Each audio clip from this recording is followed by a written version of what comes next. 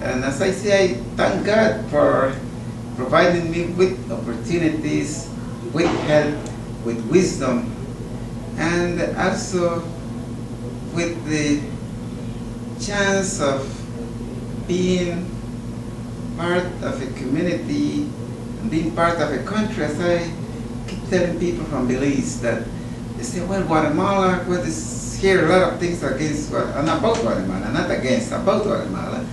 And as I keep telling them, people in Guatemala love black people. We black people in Guatemala were just about 5% of the total Guatemalan population.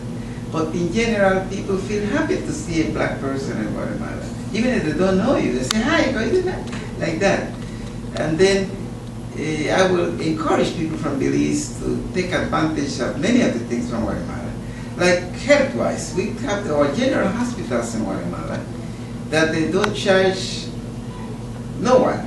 Even if you're from Belize or from Guatemala, they won't charge. If you go to Guatemala because you have a special disease that requires a highly specialized technology that is in Guatemala, then you should not hesitate in going because you will be well attended.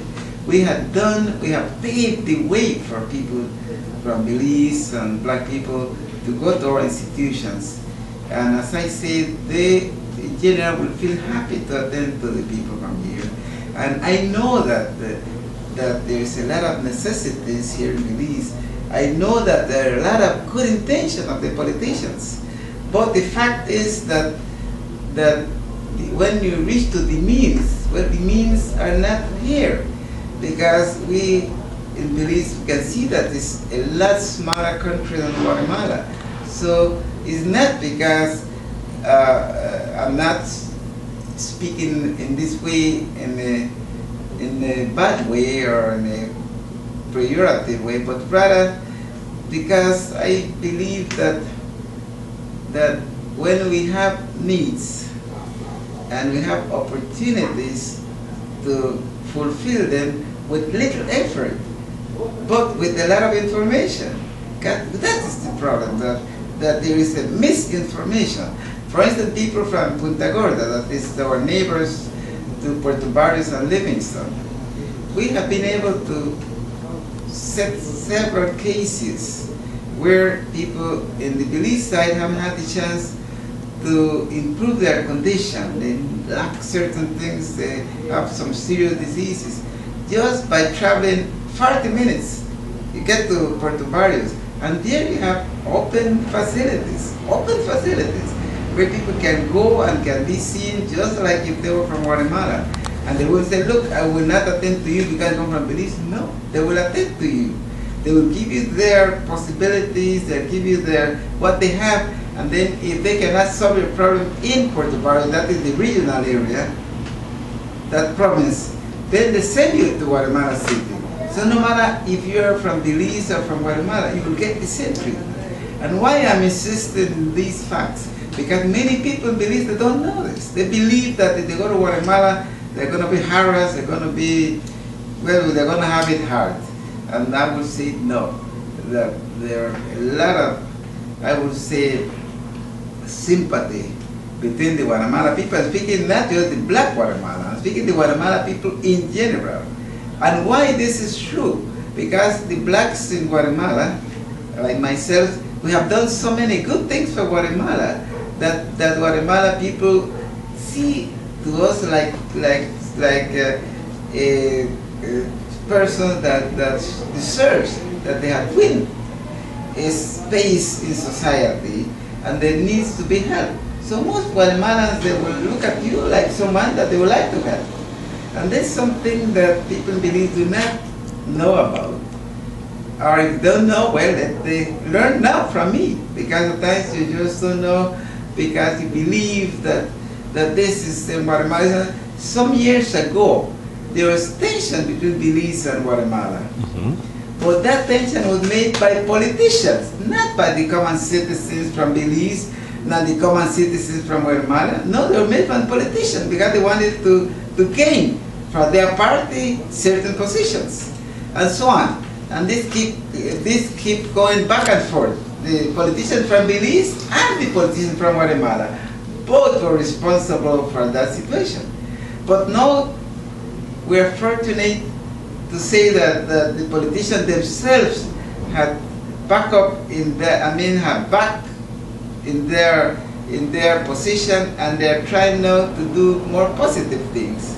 And by so doing, I am seeing that many politicians from Belize are looking at Guatemala as a place that could be of help to Belize, and people from Guatemala too. So that is nice for me to see the change of attitude of the politicians in Belize now. I'm not speaking about the ruling party right now, in general the politicians, because they can see that Guatemala is a good place and a benefit, and it's close, it's just to the border. In fact, I went to a store today in Belize. The gentleman, the owner of the store, is bilingual, speaks Spanish and English.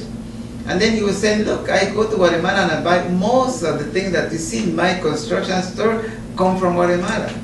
And why is this? Because it is close, it is cheaper, and it has a good quality.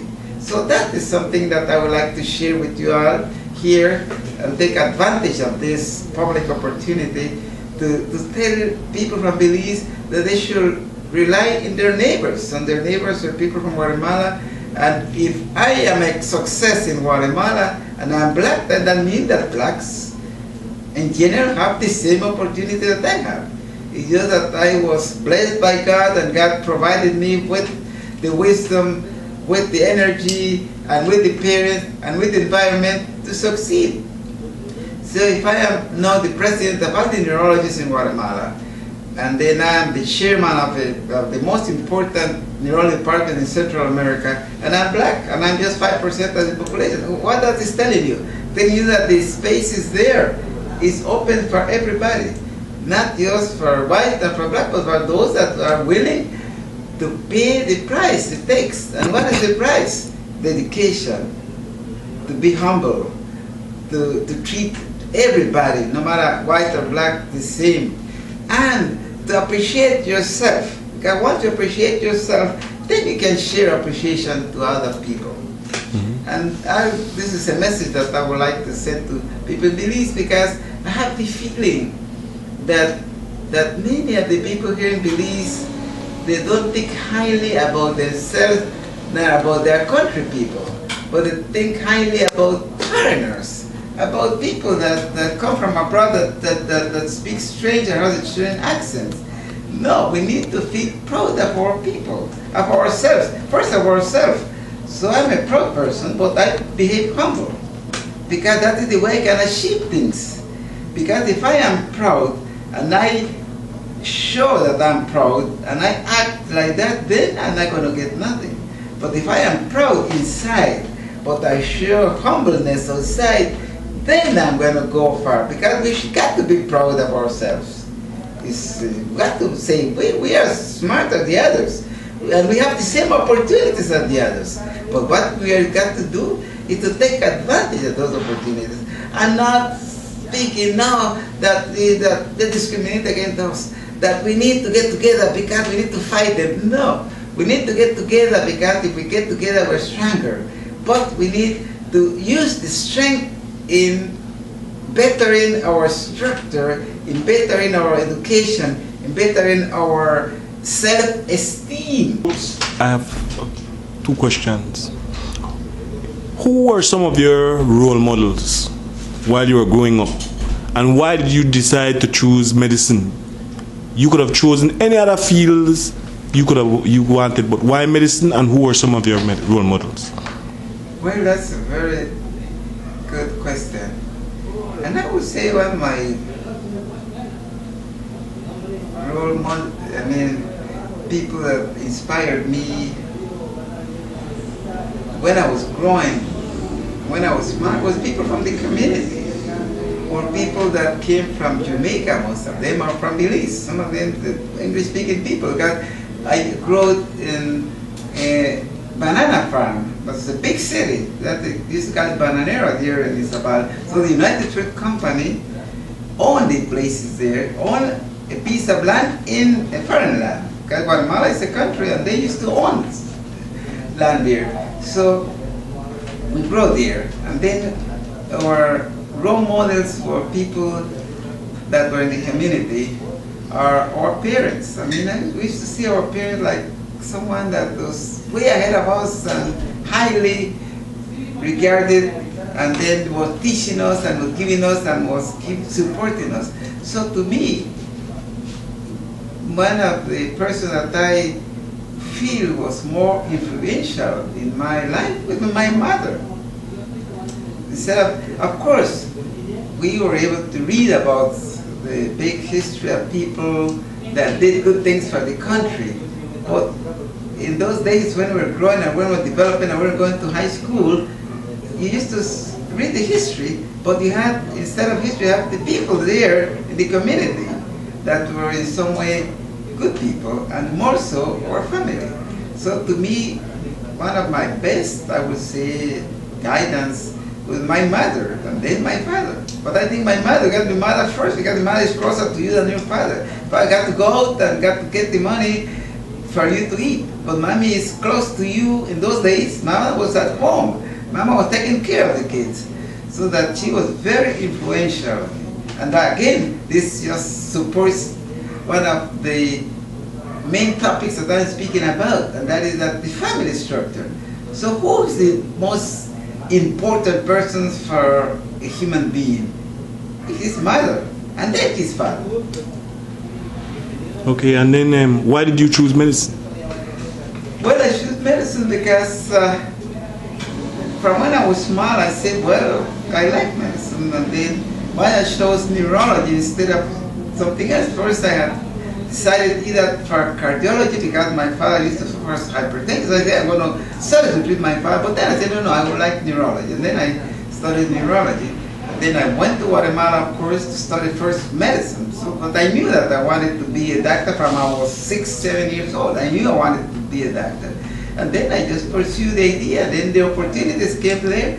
We didn't have any, I would say, any economical resources by my parents to say, okay, fine, I'm going to send you to Guatemala City to study medicine. But we do have educational resources. They send us to school, and they send us to a good school. And that's a public school. That is what we could afford.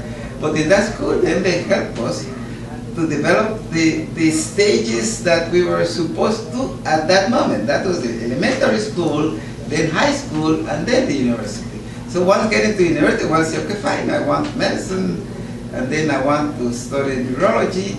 There was no neurology in Guatemala when I finished, so I had to go to USA. But then when I returned as a neurologist, since there were no neurologists, I would say, school in Guatemala, I formed it. It was the first school of neurology formed in, I would say, in Central America. And right now, it's the largest school of neurologists that needs neurologists. What year did you form the school? That was in 1974. That is when I returned. I was at Nashville in USA getting my specialty in neurology for 4 years, and then I returned to Guatemala. And then in 1974, 1975, that's when I created the School of Neurology in Guatemala. And it's the oldest in Central America, and I'm still the chairman of the department, and I'm still the leader of the neurology farming programs in Guatemala, and I'm still the leader of the association, the Neurological Association and Epilepsy and other societies in neurology. Mr. Stokes, I want to thank you. Thank you, and greetings for the season for all people from Belize, for people from Guatemala, for people of the world. That Christmas will be good for everybody and the New Year will be prosperous. So let's hope for that, but we got to do our part. Yes. Not just hope for better. We have to do our part. We have to do our part.